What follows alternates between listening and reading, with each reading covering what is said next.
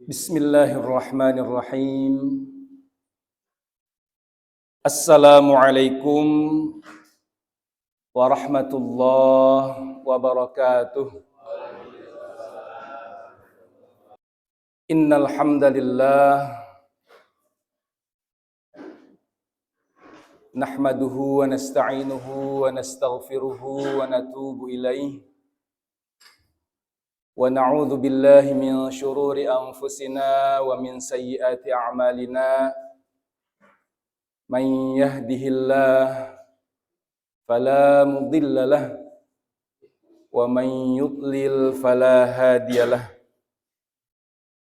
Asyhadu an la ilaha illallah wahdahu la syarika lah wa asyhadu anna Muhammadan abduhu wa rasuluh. Allahumma salli ala nabiyyina Muhammad wa ala alihi wa ashabihi ajma'in. Wa ba'd. Faqala ta'ala a'udzu billahi minasy syaithanir rajim. Inna 'aradnal amanata 'alas samawati wal ardi wal jibal fa abayna an yahmilnaha wa ashfaqna minha wa hamalahal insan innahu kana zaluman jahula. Shadaqallahul azim. Yang sama-sama kita hormati Ketua DKM Musalla Al-Akhyar beserta seluruh jajaran pengurusnya, ayahanda, ibunda, hadirin jamaah sekalian, rahimani wa rahimakumullah.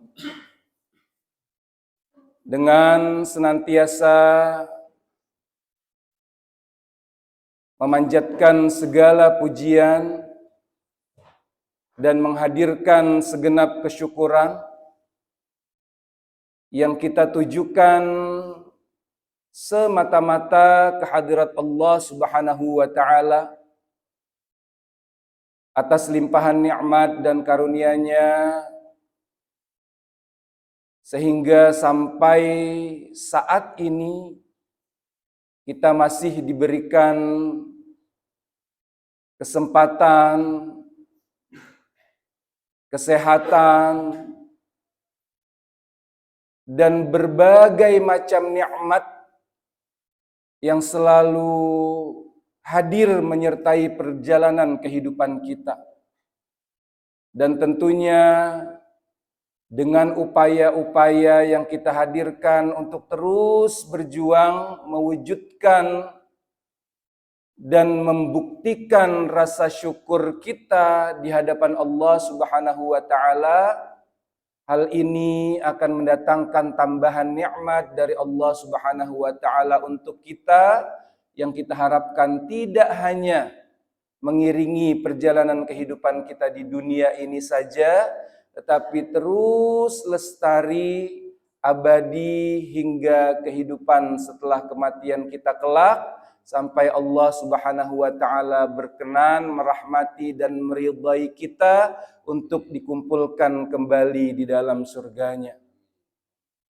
Salawat beserta salam semoga senantiasa terlimpah curahkan keharibaan Rasulullah Muhammad sallallahu alaihi wasallam beserta keluarga, sahabat, dan pengikutnya sekalian sampai akhir zaman. Yang pertama, saya mengucapkan jazakumullah khairan jaza pada pengurus DKM Al-Akhyar dan tentunya seluruh jamaah Musalla Al-Akhyar atas kesempatan silaturahim kita pagi hari ini. Perdana saya subuh berjamaah di Musalla Al-Akhyar. Ternyata luar biasa jamaahnya, mengalahkan jamaah tarawih jumlah yang hadir. Karena tarawihnya mungkin karena saya datangnya juga sudah di 10 pertamanya lewat gitu. Bisa jadi kalau 10 pertama full gitu ya Pak ya. Tapi ini subuh ya luar biasa.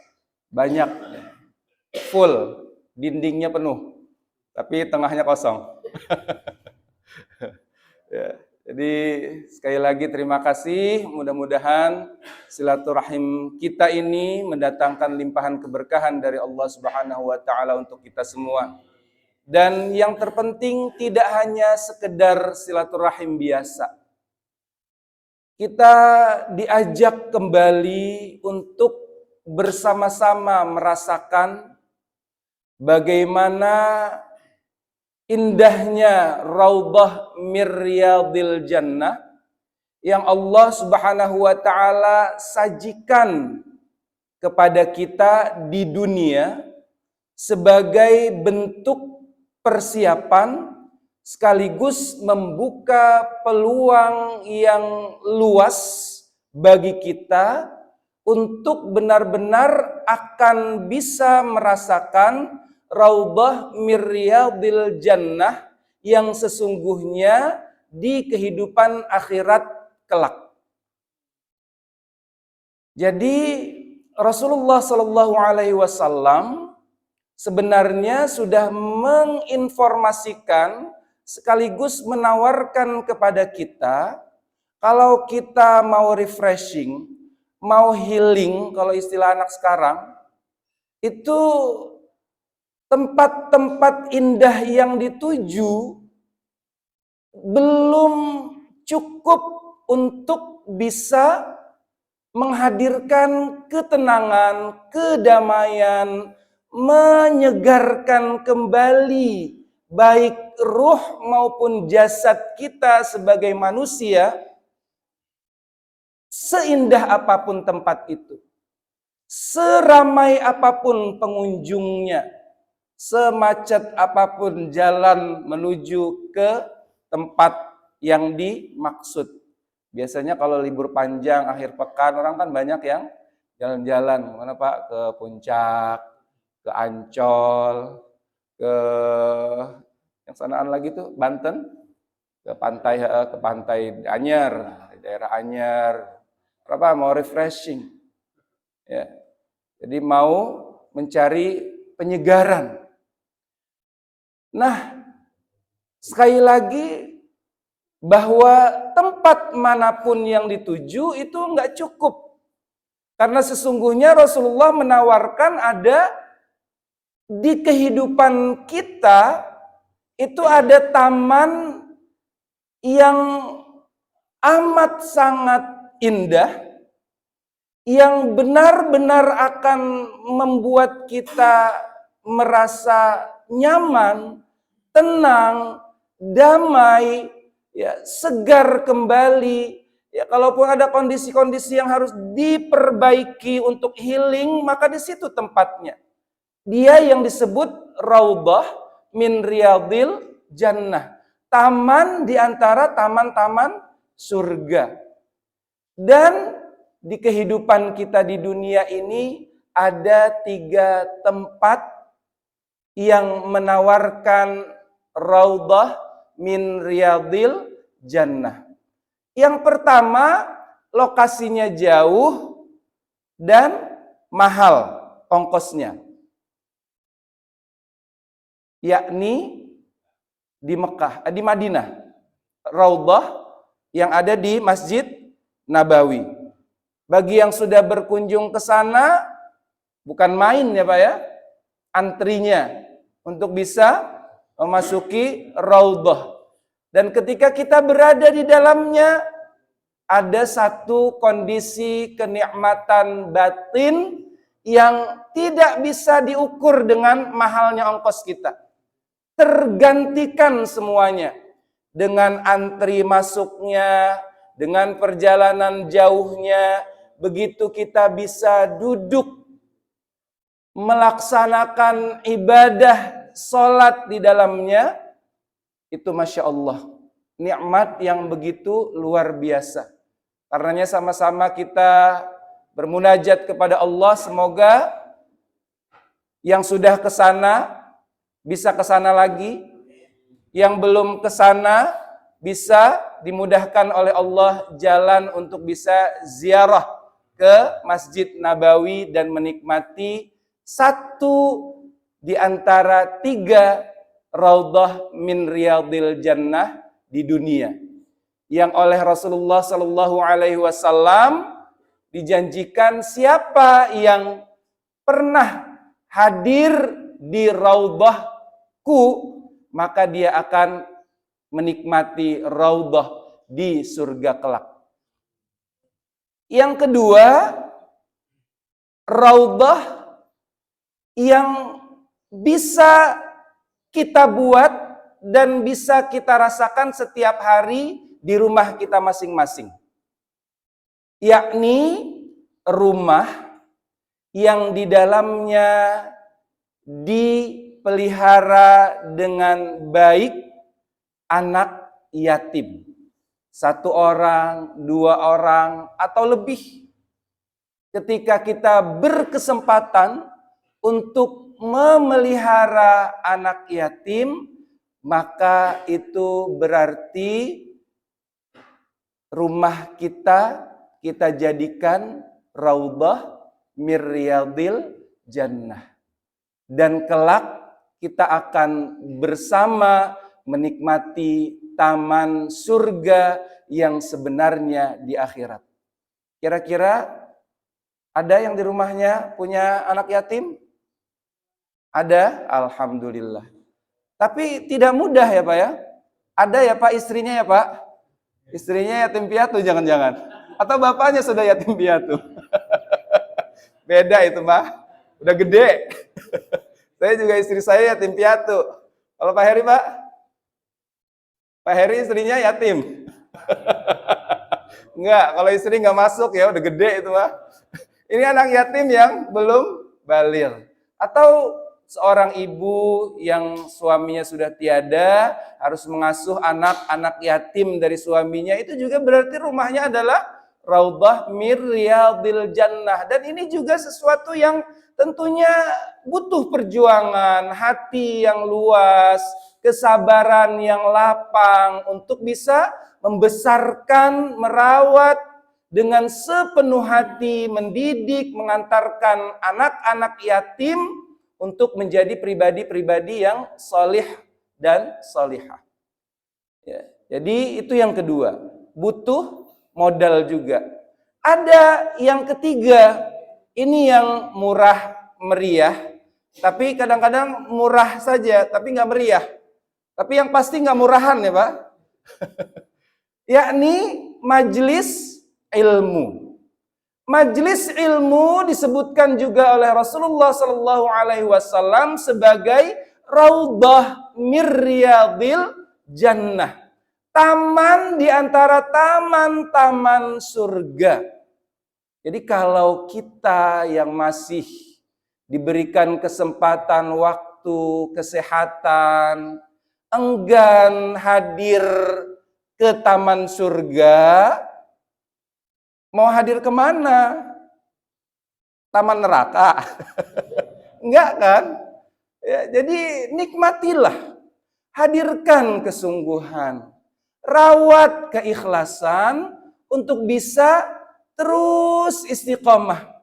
Kapan ada kesempatan, kapan ada waktu, kapan kita memiliki kesehatan, kita tinggal siapkan langkah yang ikhlas. Buka mata, buka telinga, buka pikiran, buka hati untuk hadir ke majelis ilmu.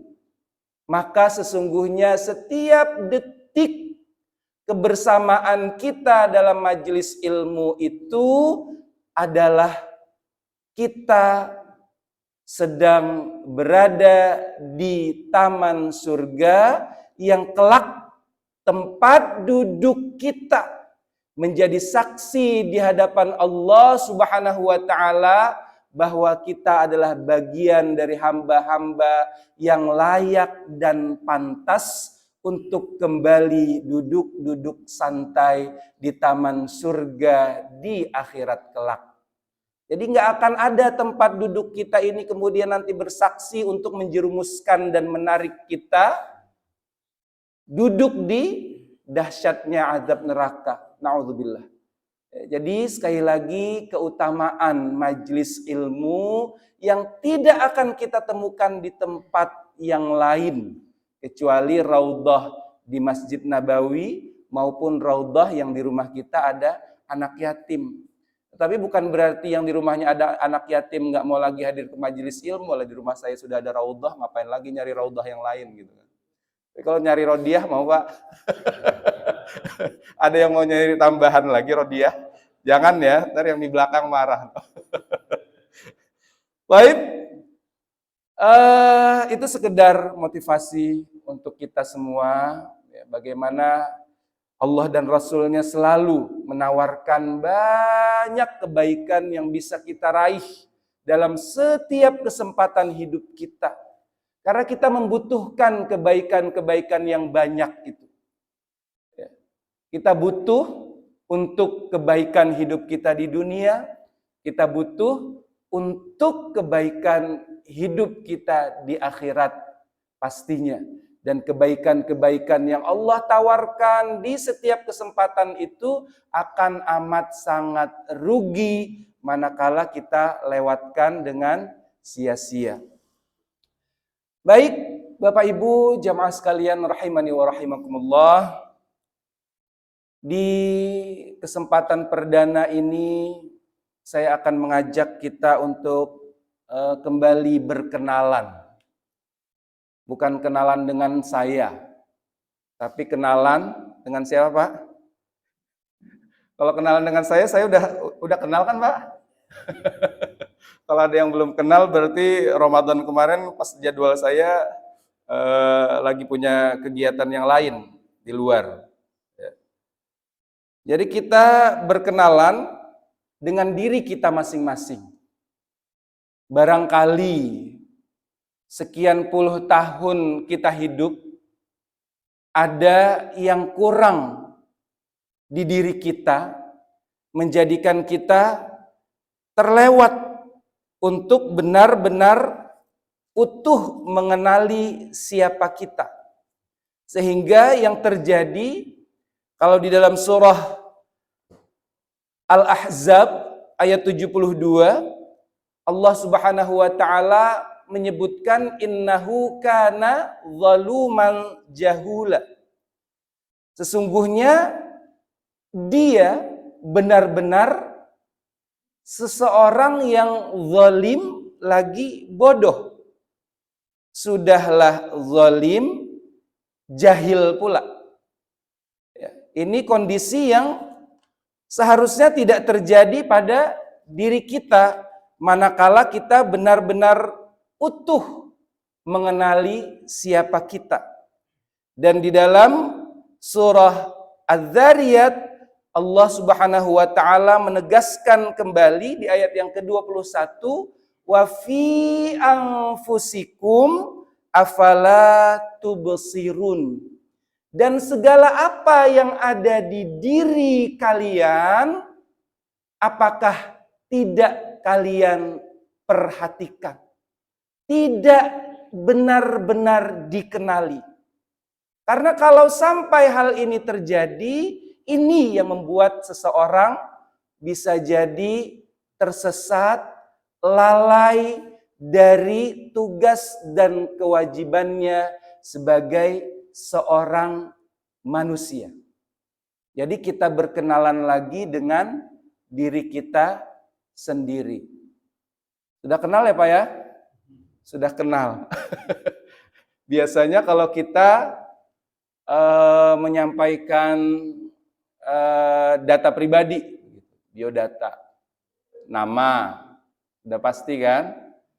Nama, tanggal lahir, tempat lahirnya biasanya bukan di tempat tidur, biasanya nama wilayah, Jadi tempat lahir, tanggal lahir, apalagi Pak? Agama, begitu kan? Status, ya umur tadi tempat lahir, tanggal lahir sudah menentukan tuh umurnya, ketahuan. Kalau yang mau ngitung atau yang bisa ngitung. Karena kalau zaman dulu katanya suka tebak-tebakan lahirnya kapan itu, sama seumuran sama Babelu nanam pohon kelapa. Jadi seumurannya sama pohon kelapa, pohon jamblang gitu. Karena nggak dicatat, kalau zaman dulu nyatat juga masih belum tahu baca tulis bisa jadi. Ya, jadi umurnya atau biasanya dengan zaman. Ya, dulu waktu tentara Jepang datang, nah situlah kamu lahir, biasanya kan gitu. Jadi kalau identitas di biodata biasa seperti itu. Ya. Tetapi bukan itu yang ingin kita bahas. Yang ingin kita bahas adalah hakikat diri kita sebagai manusia. Karena tema besar kita nantinya akan kita lanjutkan dengan tazkiyatun nafs. Ya, bagaimana upaya kita untuk menjaga kebersihan, kesucian jiwa kita sebagai manusia. Jadi kita ingin gali kembali sedalam apa pemahaman kita tentang diri kita sebagai manusia.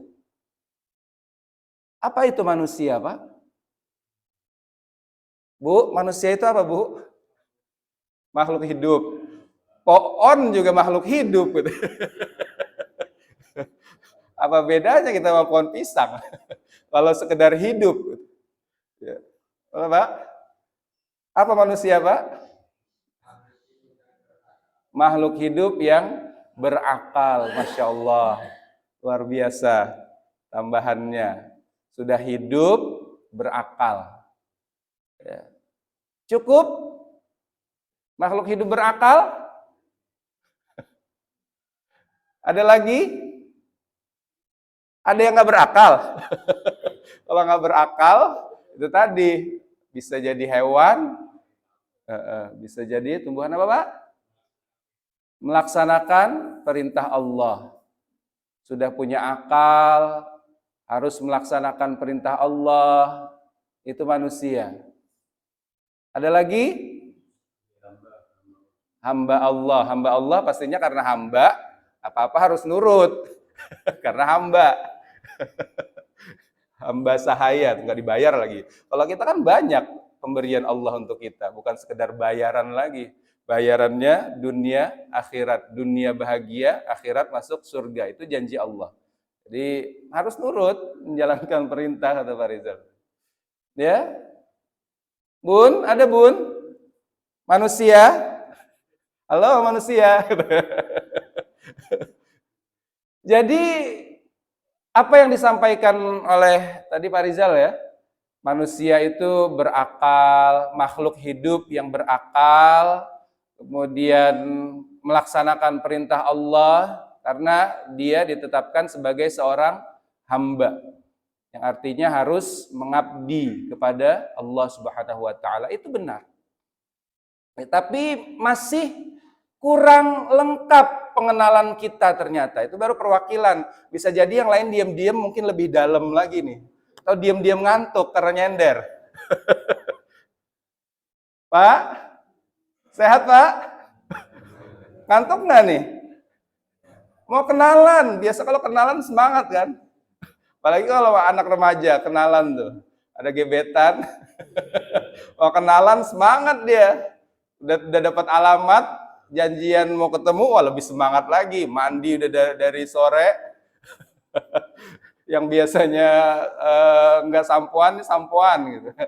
Pakai parfum. Jadi kalau biasanya tak pakai minyak wangi gitu. Tiba-tiba pakai minyak wangi, jadi curiga ya Bu ya. Lagunya gitu ya. Aku curiga. Jadi kalau kenalan sama yang lain. Nah, giliran kenalan sama diri sendiri, kita nggak boleh ngantuk. Jadi kenalan dengan diri sendiri dulu sebelum kita mengenal orang lain. Jadi dalam Al-Quran itu, manusia, Allah Subhanahu wa Ta'ala sebutkan dalam 4 terminologi, 4 kata yang mengandung makna. Ya, jadi manusia, kita kenalnya manusia, ya kita ini makhluk hidup, punya jasad, bisa berpikir, bisa melaksanakan banyak kegiatan. Itu yang mewakili pikiran kita. Tapi ternyata Allah Subhanahu wa Ta'ala memaparkan lain untuk memberikan penjelasan kepada kita tentang siapa diri kita. Dan penjelasan itu ada pada buku petunjuk yang dihadirkan oleh yang menciptakan kita. Yang seharusnya kita nggak bisa keluar dari buku petunjuk itu. Ya kan? Sepakat, Pak? Sama saja seperti barang. Misalnya Pak Heri mau menyalakan kamera. Bagaimana cara menyalakannya, mengoperasikannya, perawatannya, dan segala macamnya, itu ikutnya dari buku petunjuk yang membuat alat ini. Itu kakinya berapa, Pak? Kayak disebutnya tripod ya, Pak ya? Namanya tripod. Nggak bisa kita menyebutnya two pot gitu, atau one pot. Udah begitu, dinamakan dari yang membuat. Jadi kita ikut yang membuat. Ngecas atau nambah dayanya, dia nggak bisa dituangin bensin. Meskipun kita kaya bisa beli Aptur misalnya yang bahan bakar pesawat. Oh, saya mau nambah daya handphone saya pakai Aptur. Nggak bisa, karena dia dayanya daya listrik. Siapa yang menentukan itu? Yang membuat. Jadi kita harus ngikut. Bentuk colokannya nggak bisa pakai colokan HP Nokia yang zaman dulu yang kecil kayak jarum gitu. Meskipun sama-sama dicolok ke listrik, nggak nyambung ke handphone yang itu mereknya apa? Jangan sebutkan merek, nanti jualan katanya. Mereknya pempek taher. Itu promo. Ya. Jadi harus ikut. Karena petunjuk kita yang dibuat Allah itu Al-Quran, mau nggak mau untuk mengenali diri kita, kita harus ikut petunjuk Al-Quran. Dari penamaan permerekannya saja, kita harus merujuk kepada yang ori. Jangan yang KW-KW. Apalagi yang buatan makhluk. Nggak bisa kita. Ikut perundang-undangan yang buatan makhluk. Ikut aturan hidup buatan makhluk. Ya. Nggak bisa. Harus yang buatan pencipta kita. Allah Subhanahu wa Ta'ala. Ya. Dari sini kemudian baru kita akan runut. Bagaimana tugas kita, mau kemana kita melangkah, dari mana kita berasal, sedang di mana kita saat ini, apa kira-kira yang akan mendatangkan kebaikan untuk kita, apa kira-kira yang akan mendatangkan keburukan bagi kita, tidak hanya kehidupan kita saat ini, tetapi cara pandang kita tentang menentukan, merencanakan kehidupan kita di masa yang akan datang. Tidak hanya di batas ruangan kehidupan kita di dunia, tetapi menembus ruangan untuk perjalanan kita di kehidupan yang selanjutnya, kehidupan setelah kematian kita. Apakah kita percaya dengan kemudian akan reinkarnasi kembali, hidup kembali, tiba-tiba dulunya ayam jadi orang, dulunya orang jadi sapi, begitu kan? Karena ada yang keyakinan yang seperti itu. Apakah seperti itu? Ya, atau ketika sudah mati ya mati saja, jadi tulang belulang, lama-lama jadi tanah, seperti yang disangkakan oleh orang-orang musyrik. Aidza kunna 'idzaman wa turaban a inna lamab'utsun, masa iya sudah jadi tulang belulang, sudah jadi tanah, nanti dibangkitkan kembali, masa iya? Toh buktinya kakek nenek moyang yang di dalam kuburan nggak ada yang bangkit lagi, nggak ada yang tiba-tiba loncat-loncat jadi pocong atau nangkring di puunan jadi kuntilanak. Tetap aja ketika digali tulang belulang, ketika diawetkan jadi mumi. Ya. Tetap aja seperti itu. Itu bantahan orang yang tidak mengikuti petunjuk dari yang menciptakan. Nah, jadi kita kembali mengenali diri kita sesuai dengan apa yang disampaikan oleh yang menciptakan kita. Jadi tadi 4 nama, 4 kata yang akan mewakili terminologi kita sebagai manusia. Ya, kalau kita kan ya manusia, wong gitu ya, menungso atau orang. Orang kalau ditambah diulang lagi dikasih akhiran an, orang-orangan. Orang-orangan itu bisa ditaruh di sawah buat nakut-nakutin burung, atau bisa diajak keliling-keliling nyari duit pakai musik, itu ondel-ondel, itu orang-orangan. Ya, beda. Ini orang yang sebenarnya gitu. Jadi itu bahasa kita. Kalau bahasa Al-Qur'an tadi 4.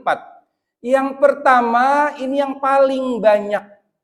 Kurang lebih 240 kali Allah mengulang kalimat ini atau kata ini di dalam Al-Qur'an.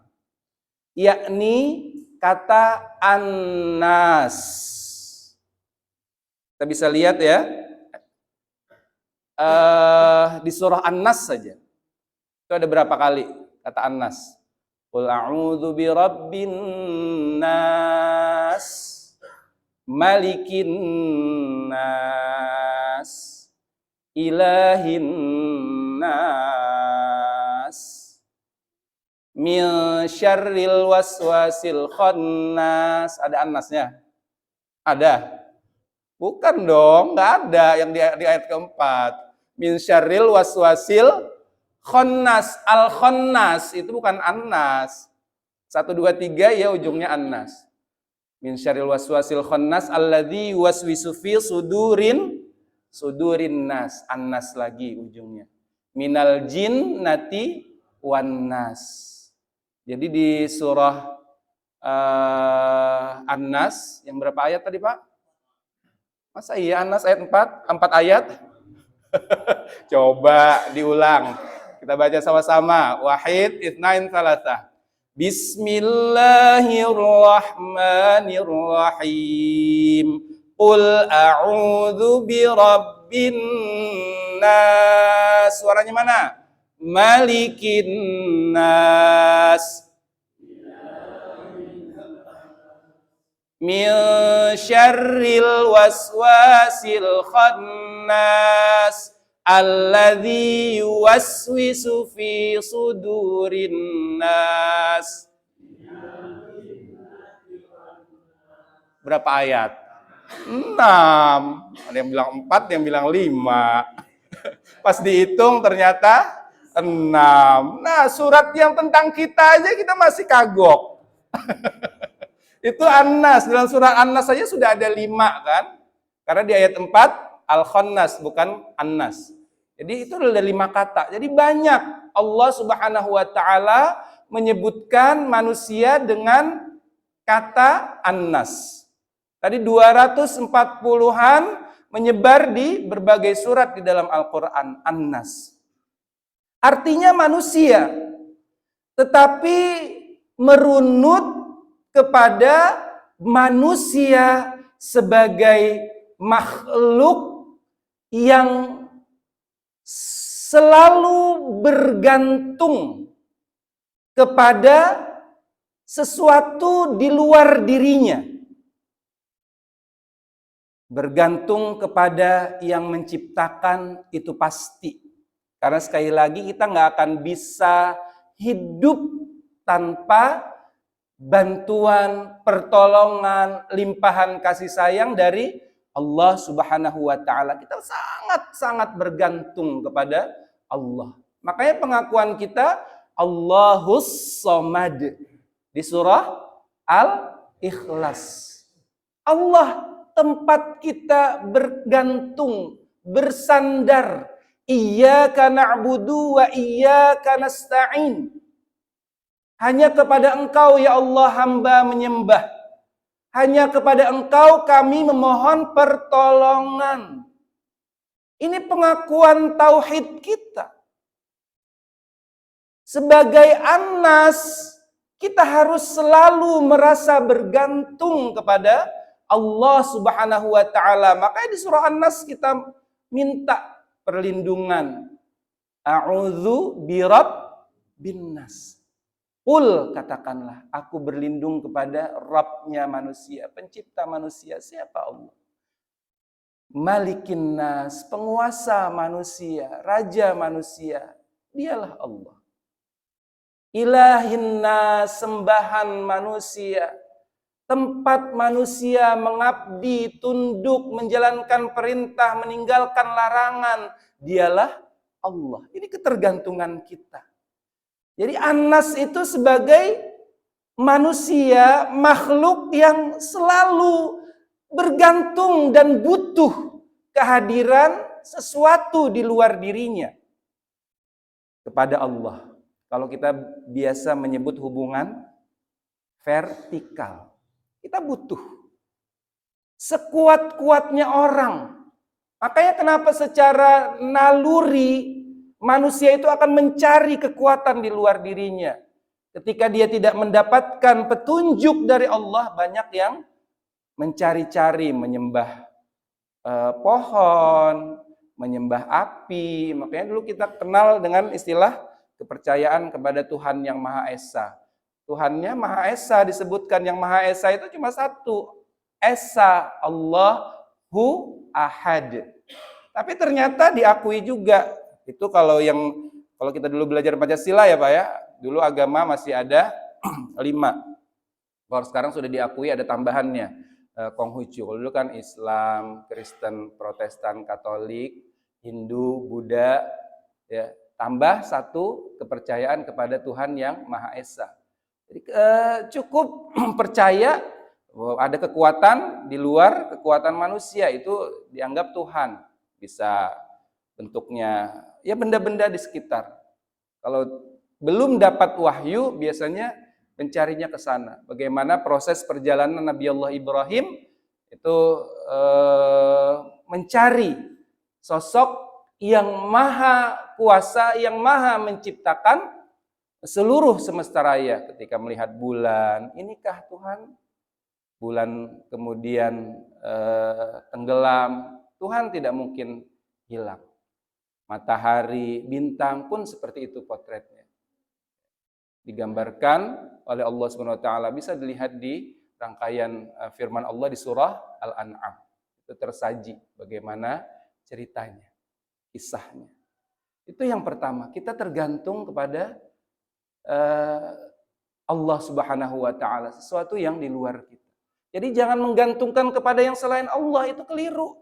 Meskipun sekuat apapun dia, sekencang atau sekeras apapun upayanya untuk memproklamirkan dirinya sebagai Tuhan. Misalnya zaman Fir'aun mengaku faqala ana rabbukumul a'la, akulah Tuhan yang paling tinggi. Ma'alimtu lakum min ilahin ghairi, kalian tidak akan menemukan Tuhan selain aku. Itu pengakuan Fir'aun. Fastakhaffa qaumahu fa'ata'uh. Karena kaum pengikut-pengikut Fir'aun itu takut dengan kekuasaan tangan besi Fir'aun, mereka akhirnya patuh. Ya udahlah, daripada kita mati sia-sia, mendingan sembah aja dah. Akhirnya ikut dengan propaganda yang sedemikian rupa dari Fir'aun. Itu keliru. Karena itu tadi, cara pandang dirinya untuk mengenali dirinya sebagai manusia, annas saja, satu kata annas, dia nggak paham. Yang seharusnya bergantung kepada Allah. Itu satu poin, bergantung kepada Allah. Belum lagi yang horizontalnya. Jadi annas itu adalah makhluk kita manusia yang membutuhkan kehadiran orang lain di sekitar kita. Jadi kalau ada yang merasa nggak butuh orang, berarti dia keluar dari nilai dirinya sebagai manusia. Ada orang nggak mau bergaul, merasa segalanya bisa sendiri, nggak butuh orang lain. Gua kagak butuh sama lu. Bodoh amat, lu mau ngapain? Jungkir balik, ogah. Ada yang sakit, nggak mau berkunjung. Ada yang butuh pertolongan, nggak mau memberi pertolongan. Ya. Tapi alhamdulillah kalau di lingkungan Mushola Al-Akhyar mah orangnya luar biasa guyup. Saya meskipun jarang-jarang ketemu karena interaksi dengan beberapa warga, tahu. Kalau ada yang ini hajatan ngumpul semua. Ada yang sakit berkunjung semua. Ini sesuatu yang harus dilestarikan karena kita manusia. Annas. Kita makhluk sosial. Kita butuh kepada orang lain sehebat apapun kita. Jangan bilang kita nggak butuh. Dari mana kita dapat beras? Emang mau nanam sendiri? Ada petani di sana yang berjuang macul dengan peras keringat banting tulang istilahnya itu. Ya, ada kuli-kuli panggul yang membawa beras itu dari sawah naik ke truk dalam bentuk padi. Dari truk diturunkan ke penggilingan, ada kuli panggul di pasar-pasar yang menurunkan beras dari truk, ada yang mengantarkan ke warung-warung di sekitar rumah kita, ada pemilik warung, ada yang nyetak duit. Itu bukan orang. Kalau kita merasa hebat, oh saya hebat, saya mah kaya raya, nggak butuh sama lu. Kalau saya sakit, saya bisa jalan sendiri, tinggal telepon ambulan. Ya kalau ngambil handphone dia gak sanggup. Mana handphone saya? Mana handphone saya? Emang handphone bukan dia bikin sendiri? Nggak bisa. Kita nas. Waktunya udah mau habis. Baru 1 poin nih. Asalnya ketemunya sebulan sekali. Nanti bulan depan udah lupa nih melanjutannya kemana. Masalahnya jiping gitu kan. Ngaji kuping. Bahayanya jiping ini keluar dari sini. Ngobrol udah lupa. Kenapa? Oh Masya Allah. Oh iya sekarang mah canggih ya. Nanti di-share ke grup pengajian mushola. Jadi ya, kita butuh. Itu baru dengan sesama manusia. Belum dengan alam. Kita tinggal di mana? Di atas tanah. Kita menghirup udara. Kita pengen yang bersih udaranya. Itu dari alam. Siapa yang menciptakan? Allah Subhanahu wa taala. Kembali bergantungnya kepada Allah. Tapi kita disuruh untuk merawatnya. Kalau mau udara bersih, ya dirawat. Bukan dengan diberikan polusi tambahan. Ada polusi udara, polusi air, polusi suara, segala macamnya kita tambah. Riweh dah hidup kita. Gimana nggak healing ceritanya? Ya, bukan sekedar refreshing lagi sekarang bahasanya healing. Kalau menurut orang-orang psikolog, itu healing itu berobat karena ada kondisi mental disorder. Jadi ada kejiwaan yang terganggu, itu butuh healing. Tapi kalau kita yang sehat-sehat saja bukan healing namanya Pak. Refreshing aja cukup, jalan-jalan pagi. Itu sudah cukup. Kalau sudah bentuknya healing itu berarti terapi. Terapi karena kondisi kejiwaannya lagi terganggu. Ada yang mau healing di sini? Biar saya ajak ke grogol nanti. Harus konsultasi dulu sama psikiater. Baru dia yang menentukan ini butuh healing apa enggak gitu ya Pak ya. Ya jadi tadi, annas artinya kita adalah manusia yang selalu butuh dengan sesuatu yang ada di luar diri kita. Dengan Allah, hubungan vertikal, dengan sesama makhluk, hubungan horizontal. Makhluk ini pun luas, sesama manusia itu pasti. Dengan lingkungan sekitar kita itu pasti. Lingkungan sekitar kita itu ada benda hidupnya, ada benda matinya, ada benda bergeraknya, ada tidak bergeraknya. Semuanya. Ini perwakilan kata yang pertama, An-Nas. Berapa tadi? Sekitar 240 kali diulang dalam Al-Quran. Kira-kira penting nggak itu? Sampai berulang-ulang 240 kali. Pasti penting. Amat sangat penting kita menyadari tentang diri kita adalah makhluk yang butuh untuk interaksi dengan segala sesuatu yang ada di luar diri kita. Begitu di luar diri kita, lepas dari kulit kita ini udah sesuatu yang di luar diri kita. Tadi yang pertama, dengan Allah sebagai pencipta kita itu pasti, dengan sesama manusia, sesama kita butuh, itu juga pasti, dan dengan lingkungan sekitar kita, baik benda hidup, benda mati, bergerak atau tidak bergerak, terlihat atau tidak terlihat, semuanya butuh kita jalin hubungannya dengan sebaik mungkin. Makanya kenapa kemudian Allah Subhanahu wa taala ingatkan bahwa siapapun kita, duribat alaihimudz zillatu ainama tuqifu illa bihablim minallah wa hablim minan nas wa ba'u bighadabim minallah wa duribat alaihimul maskanah. Siapapun dia, bahwa dia akan selalu diliputi kehinaan, kesulitan, kesempitan, kesengsaraan, kecelakaan, sampai ia benar-benar mampu berpegang teguh kepada tali agama Allah, menjaga hablum minallah. Kalau gagal menjalin hablum minallah, dipastikan dia celaka. Keliru menjalin hubungan dengan yang selain Allah, dipastikan dia hina. Ini surah Ali Imran ayat 112. Dan yang berikutnya pun dengan sesama manusia. Perkara konteksnya, apakah perjanjian yang tertulis, MOU yang disepakati, atau sekedar hubungan yang terjalin secara alamiah. Terjalin secara alamiah itu ketika kita dilahirkan satu rahim, satu ayah, satu ibu, itu kan alamiah. Itu nggak bisa diputus, kita nggak bisa memutus hubungan dengan saudara kita. Tetap harus dijalin. Kalau semuanya diputus, itu sekali lagi yang muncul hanya kehinaan. Ya, dan bahkan Allah Subhanahu wa taala lanjutkan waba'u bighadabim minallah wa duribat alaihimul maskanah. Mereka bahkan mendapatkan tambahan kemurkaan dari Allah Subhanahu wa taala dan diliputi dengan penuh kesengsaraan. Na'udzubillah. Jadi dari kata an-nas saja kita sudah mengharuskan dan mengupayakan diri kita untuk memperbaiki hubungan dengan Allah dan hubungan dengan sesama makhluk.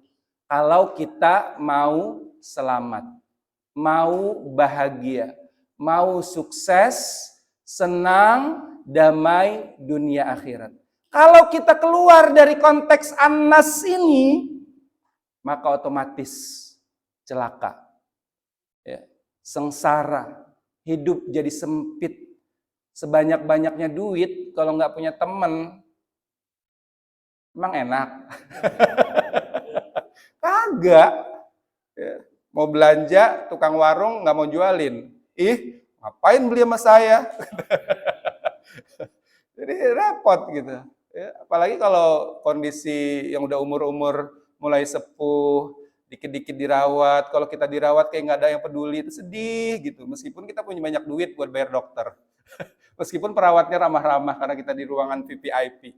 Tapi kalau nggak ada yang nengokin, ya sedih juga. Ya, jadi jaga untuk poin yang pertama, kita manusia sebagai an-nas. waktunya habis. Ya Pak ya, karena sampai jam 6. Nanti kita lanjutkan ya, insya Allah ya. Mudah-mudahan sehat semua, diberikan umur yang panjang. Kalaupun Allah Subhanahu wa taala menakdirkan usia kita sebatas waktu yang telah ditentukan, kapanpun itu, semoga semuanya dalam keadaan husnul khotimah, dalam ketaatan kepada Allah Subhanahu wa taala. Demikian untuk pembahasan kita di kesempatan pagi hari ini. Insya Allah ini masih berlanjut. Doakan juga saya semoga tetap istiqomah dalam ketaatan kepada Allah, diberikan anugerah kesehatan sehingga bisa membersamai majelis kita di waktu yang akan datang. Sekali lagi terima kasih perhatiannya dan mohon maaf atas segala yang kurang berkenan. Kita akhiri dengan sama-sama membaca hamdalah dan kafaratul majlis. Alhamdulillahirabbil alamin. Subhanakallahumma bihamdika asyhadu an la ilaha illa anta astaghfiruka wa atubu ilaik. Wassalamualaikum warahmatullahi wabarakatuh.